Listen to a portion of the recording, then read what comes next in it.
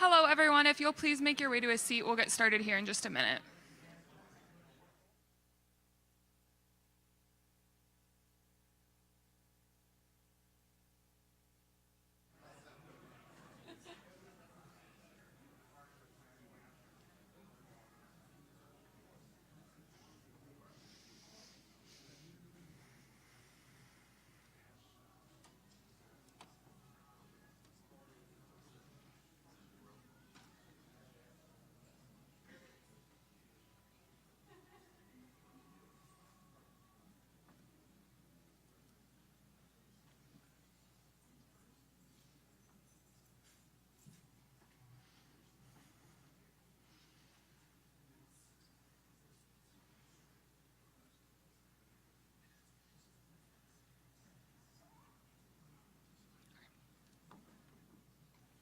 Good afternoon. My name is Courtney Day, and I am the Associate Athletics Director for Communications and Digital Strategy and our Athletics Department spokesperson.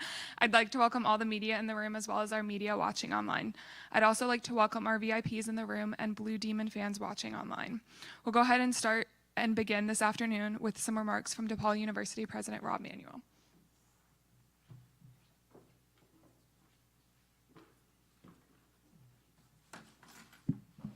So good afternoon over here.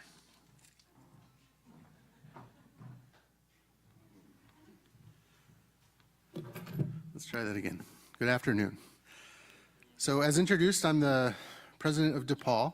This morning we had our welcome back convocation with our academics and our staff and students and celebrated reconvening for another academic year. It was at that convocation that we announced a series of initiatives that we'll undertake as a university to bring ourselves into the modern age of higher education and create DePaul as a model for national quality of higher education. Included in those initiatives are things like development for scholarship, the eradication of an achievement gap at the university, the creation of interdisciplinary programming and translational research in the areas of poverty, environmental science, and artificial intelligence, and the rejuvenation of our philanthropic efforts to extend the critical pieces of DePaul into the world and the community again.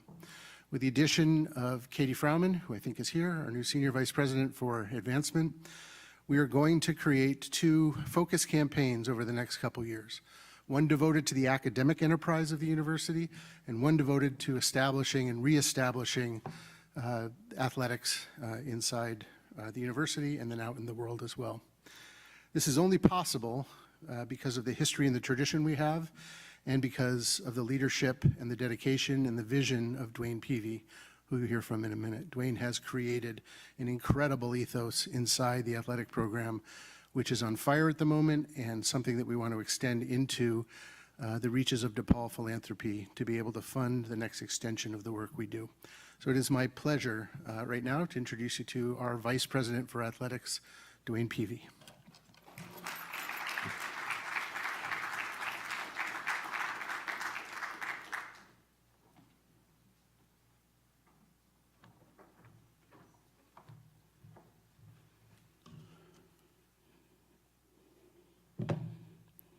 Thank you, Rob.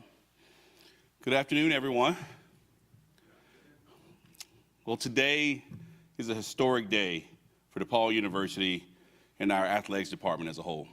I want to start off by thanking some of the individuals who allowed us to get to this moment. First, I'd like to thank DePaul's Board of Trustees, including several members that are with us here today. I'd like to thank President Rob Manuel for his vision and commitment to transparency within our DePaul community, which I saw throughout this process, as well as also my joint council teammates for their candid conversations and feedback. I want to thank Big East Commissioner Val Ackerman for being here today and recognizing the importance this announcement is for DePaul and for our conference at large. I want to thank our shared governance partners who provided strategic guidance and support over the course of 18 months as we crafted these projects from the ground up together. DePaul athletics has a rich history, filled with traditions starting at University Auditorium, continuing through Alumni Hall, and today in Lincoln Park and Wintrust Arena. Legendary head coach Ray Meyer helped put DePaul on the map as the men's basketball program helped elevate the university to national prominence, thanks to a winning culture and the reach of Chicago's very own WGN. Today, we're prepared to write the next chapter of our history. As part of a larger university-wide philanthropic expansion and designing DePaul, DePaul's Board of Trustees has unanimously authorized an athletics capital fundraising campaign aimed at modernizing the Sullivan Athletic Center and McGrath-Phillips Arena and constructing a new dedicated basketball practice facility here in Lincoln Park. Upon completion, each of DePaul's varsity sports will have their own locker room for the first time in school history, in addition to state-of-the-art training, wellness, and recruiting spaces. These projects are a testament to DePaul's transformative vision for the future and commitment to comprehensive excellence necessary to become the national model for higher education, and our goal for DePaul to become the premier program in the Big East Conference. However, the process of how we arrived here today, in my opinion, is key to understanding the future of the projects. Soon after my arrival in DePaul in September of 2020, I began the process of conducting a comprehensive needs assessment. And we surveyed current student athletes, coaches, athletic staff, and alumni who had recently graduated. The goal was to determine where we were deficient as a department and then how to arrange priority to those needs. The findings showed that our facilities were inadequate to meet the needs and expectations of our student athletes and were negatively affecting our recruiting efforts. The information was paired with Big East Conference benchmarking data that showed at the time we were one of only 3 institutions not to have a dedicated basketball practice facility constructed or approved for future construction. From there, we immediately commissioned a feasibility study with 2 industry-leading partners, with Antunovich Associates and HNTB. The goal of the study was to determine the most cost-effective option that accomplished the goals set forth in our needs assessment and that impacted the most student athletes possible.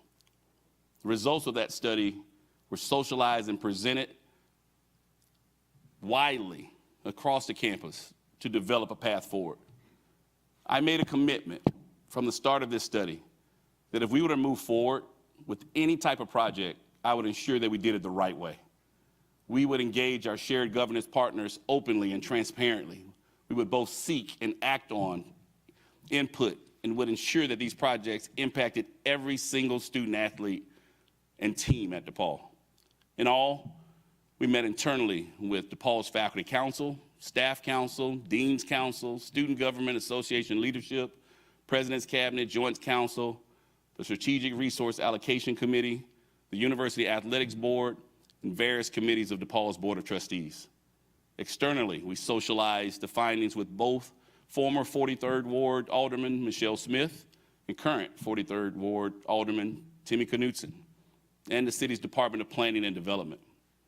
In addition, we met with DePaul's Neighborhood Advisory Committee, comprised of leaders of surrounding neighborhood groups, including the Sheffield Neighborhood Association, the Wrightwood Neighbors, the Seminary Townhome Association, the Lincoln Central Association, and the Lincoln Park Chamber of Commerce. In all, a robust 18-month socialization, feedback, and revision process led us to today. Why is that important? Because I believe the process is critical to our success. I could clearly see the need that existed in front of us, but I had to ensure we were aligned with our campus and community partners, that advancing these projects was right for DePaul University and the Lincoln Park neighborhood. These investments are being strategically emphasized now to foster long-term financial health for our great university. Athletic success on a national scale will elevate the university's brand, our reputation, our self-generated revenues. Attributable revenue growth from admissions, philanthropy, and auxiliary revenues will allow DePaul to make future investments in academic and mission-based incentives. In our research, we reviewed a driver's analysis, which concluded that athletic success and college sports team visibility are playing an ever-increasing role in prospective students determining where to apply for college. We further looked at data and models from several other peer institutions, and throughout each, we saw the ability of athletics to pave the way for exponential growth. Here at DePaul, we have this same opportunity. Athletics holds tremendous value for our institution as it greatly affects our national exposure, our connectivity with alumni in the community, and belonging among our faculty, staff, and students. Thanks to the vision of the Board of Trustees, President Manuel, and our shared governance partners, we are advancing this transformational opportunity for DePaul that will immediately boost the trajectory of our varsity athletics programs and our institution's national visibility. Let me be clear. When our athletics programs win, our entire university wins. Those proposed facility projects will ensure we can nurture an environment that meets the needs of all 215 plus of our student athletes across each of our 15 varsity teams. The modernization of Sullivan Athletic Center will not only bring locker rooms to each sport, but introduce a new recruiting room that will tell the storied history of DePaul with striking visuals and interactive technology. We'll introduce a new weight room and expanded academic advising center, an innovative simulator for our men's golf program. At McGrath-Phillips Arena, we'll make fan experience enhancements to give DePaul volleyball the home court advantage they deserve, while also serving as a dynamic venue for both campus and Lincoln Park community rentals. Across the street, in the newly constructed basketball practice facility, DePaul's men and women's basketball teams will train, practice, and operate in a dedicated space to support the unique and growing needs of their program. The new facility will feature an exterior that mirrors the neighborhood and a pitched roof that pays tribute to DePaul's former Lincoln Park Arena Alumni Hall. Floor-to-ceiling glass around two practice gyms will serve as a prominent focal point for recruits, showing off stunning views of where the Blue Demons call home, Chicago. These courts will allow 24/7 access for our basketball athletes to practice and train. Continuing our commitment to all teams, the first floor of the practice facility will be dedicated to serving the nutritional and wellness needs of all our student athletes and include a team dining space, a Gatorade nutrition bar, a sports medicine training room, a sports performance center, hydrotherapy pools, and a recovery lounge. On the first floor, we will also further deepen our commitment to expanding DePaul's visibility and national exposure through creation of a broadcast production center, in which we will look to partner with DePaul's Jarvis College of Computing and Digital Media and DePaul's College of Communication to prepare students for careers in broadcast and television in conjunction with the Big East Digital Network. In all, DePaul student athletes and coaches will have resources to train, recruit, and compete at the highest level of college athletics. The future will come at an estimated cost of approximately $60 million for both projects, which will be funded primarily through donor gifts. Fundraising and corporate naming rights will be critical to advancing these projects. This investment isn't just about the present, it's about our shared future. Together, we're creating more than just buildings. We're investing in a legacy of excellence that will impact generations of Blue Demons to come. Join us as we bring the dream home. Thank you.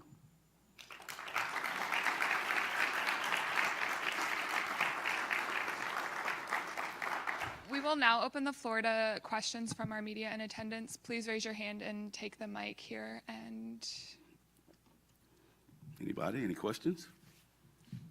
Just raise your hand, we'll bring a mic to you. Right here, down here in front.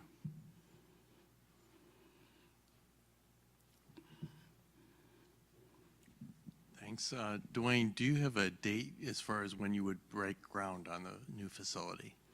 Well, to make sure, it's a great question for everybody that heard that. To make sure that we are being great partners to our campus, we have to raise a certain amount of money to make sure that we're not putting our university on the hook for this type of project.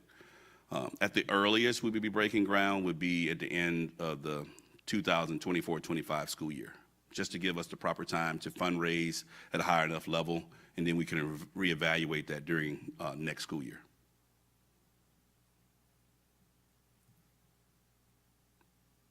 Anybody else? Right here, right next to him, behind him.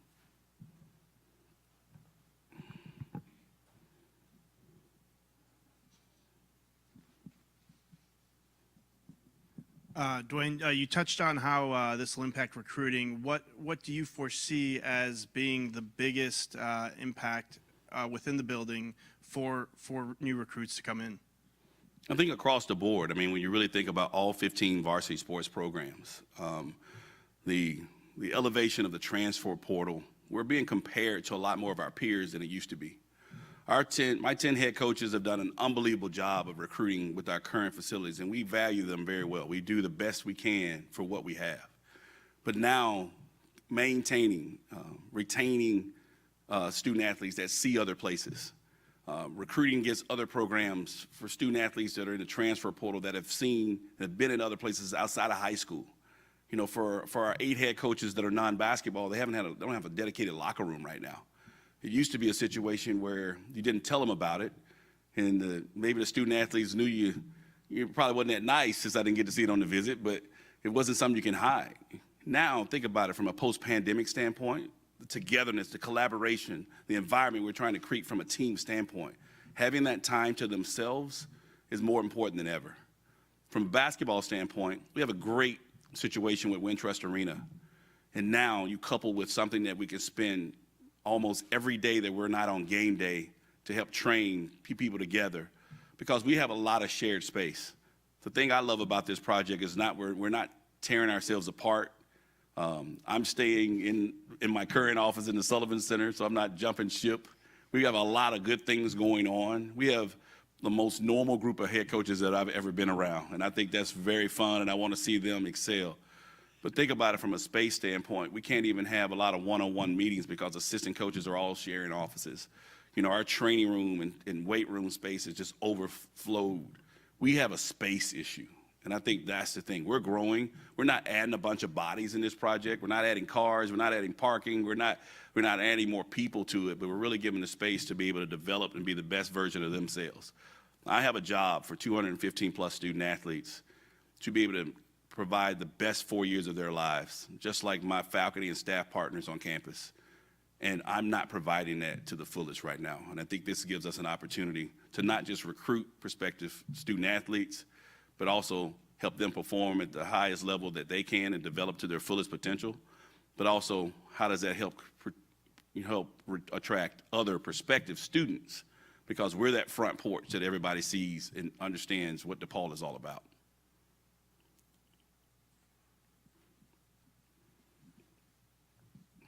DeWayne, are you able to talk more about where the origin of the spark for this idea came from? Probably me being hired. I think coming into it, obviously when I said it started 3 years ago tomorrow, and the first thing you could do, we were in COVID, as you remember, is kind of do an assessment of where we are.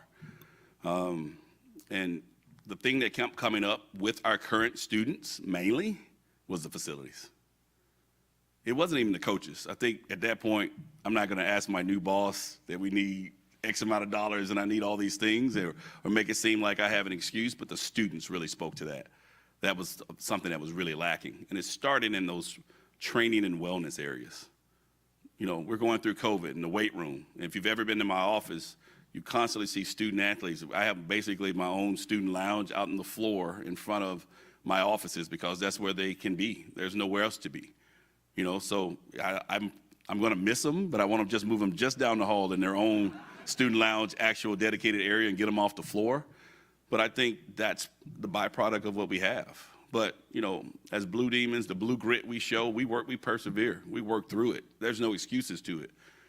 The way I look at it is that we've been working a little bit with one hand tied behind our back. What can we do when we step away from that wall? You know, how can we be dynamic, true ambassadors to this university and be the type of front porch that attracts any and every student? I've always had a goal, I feel like as an athletics director and now with my vice president title, is that my role on campus is to put a DePaul hat on every prospective student's table when they're choosing a college. And I'm not just talking about athletes. My role is to make them know about DePaul. My teammates will get them here. but I'm supposed to let them know that we exist.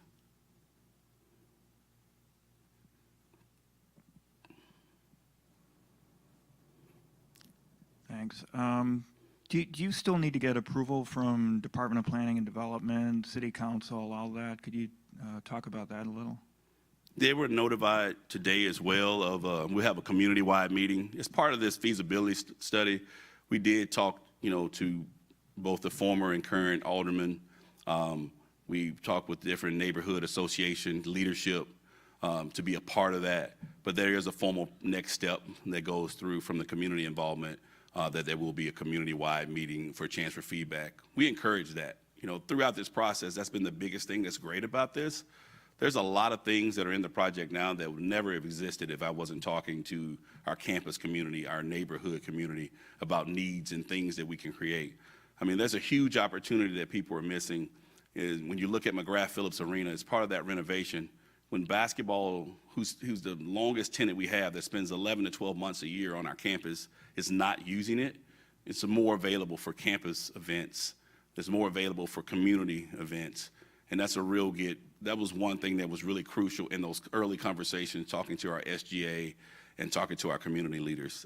How does it help us too, right? And then taking it a step forward, and really, I'm looking forward to the conversations with our Jarvis College of Computing and Digital Media about how do we really expand. I've got some big dreams that I haven't told Rob about creating a minor in sports video. I want to really encourage where some of the things we can couple and grow our staff needs to be with students and graduates. I want to be, that kind of caveat for how we can grow enrollment too on our campus.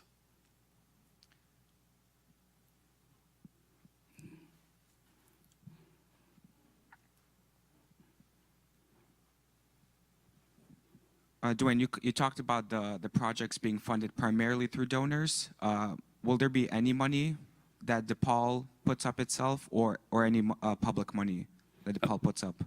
Well, no public money for sure. I mean, obviously, we're a private school. I think we're looking at more total donations, capital gifts, even naming rights. Obviously, in a project of this size for the two projects combined, approximately $60 million, our goal is to go out there and raise it all. Every dime that we raise toward this is something that our university doesn't have to, can be invested in something else. And we understand that. So it's the majority of it's going to be fundraised for sure. To even get to a point of breaking ground, we have to get that far along. But the goal is to raise as much as we can through this project because the needs are great. That's why I challenge this community. I've heard in my 3 years here, I've ran across so many people that are not connected directly to DePaul, that grew up as DePaul fans and went to every game, whether it was Alumni Hall or Rosemont, Horizon Arena or All-State Arena, that didn't even have the tickets. They were using somebody else's tickets, so they're not even in our database. And the people of Chicago have told me that this is important to them. Our athletics program, our men's basketball program's history kind of brought a lot of people into our family. We want to expose them to all 15 sports teams. We want them to feel a part of the same dreams that our 215 plus student athletes have, our faculty, our staff, our students on campus. I think it's a great opportunity, and I wouldn't sell the Blue Demons short. I think there's a huge opportunity, and I think I'm excited about our academic philanthropy efforts here too. I told our Dean's Council that you got to use me. I'm going to be a strong advocate and fundraiser for your initiative too. Their goals are greater. This is a small amount compared to what our university needs. And my hope is that I'm raising 5 times as much for non-athletic needs than we're raising in this project here today.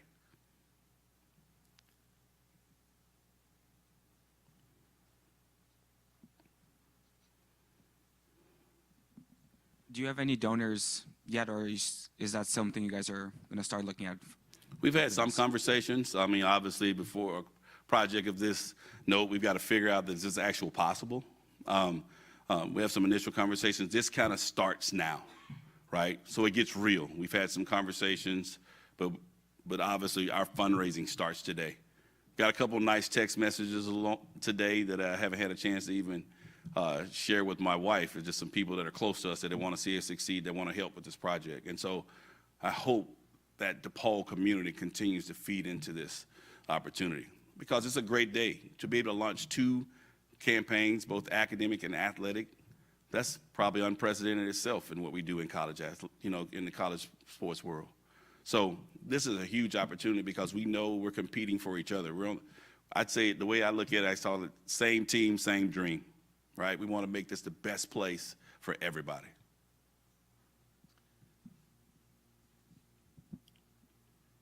DeWayne, would you say a couple of words about how Title IX factored into the plans and the design of the new facilities?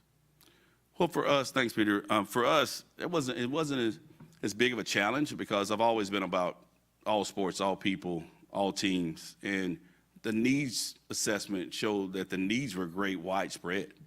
I mean, there's different needs of what our men's and women's basketball program is needed based on what they already had compared to the others. But the widespread look of our 13 other sports were great. We don't have team meeting rooms for a place. We use a conference room. That was one of the first projects thanks to a good donor gift that we were able to renovate to be our recruiting room, a halftime locker room, a team meeting room, a visiting place. We've even had, I started bringing president's cabinet and faculty council and UABO. I wanted people to get in our building.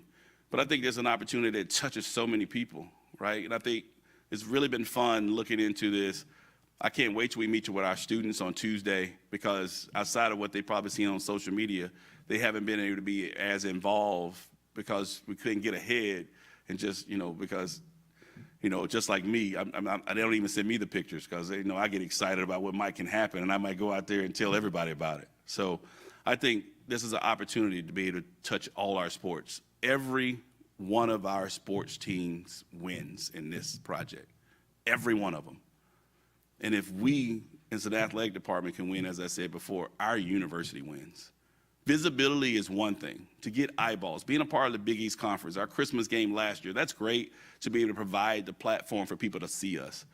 But when we can change the dynamic of who they think DePaul is, not just our athletics team, but DePaul University, that's when we've really done our job. Really telling our story through athletics, providing that platform where people want to listen, providing that opportunity for my shared governance partners to be able to come to a men and women's basketball game or a soccer match, and somebody's going to be, because it's a really high-profile one, you got 2 hours of their attention and know they're not leaving to talk about anything you need to. Those are the assets that we want to provide. Those are the things that get me excited. Those are the reasons I came here, for the opportunity to grow, to do something special at a place that has had it before. And that's a unique opportunity, and I think I'm excited about what this opportunity brings. I'm excited about the new people that a public display like this will bring to us that we don't know. And I think it's a huge opportunity for those that are out there that feel like they want to make an impact, that wants to see DePaul back where it belongs. This is your time. All right, thank you all for your questions. We'll conclude this portion of our press conference right now. In the room this afternoon, we have several head coaches and student athletes who are also available for comment and interview. They include DePaul men's basketball coach Tony Stubblefield, Hall of Fame DePaul women's basketball coach Doug Bruno, track and field and cross country coach Dave Dopek, men's golf coach Marty Sheen, men's basketball student athlete Jeremiah Oden, women's basketball student athlete Grace Karstensen, men's soccer student athlete Gandhi Cruz, and track and field student athlete and recent world champion Noel Malkamaki. They will be available along the perimeter of the room for the next 20 minutes, along with Big East Commissioner Val Ackerman and Vice President and Director of Athletics DeWayne Peevy. Thank you all. Thank you.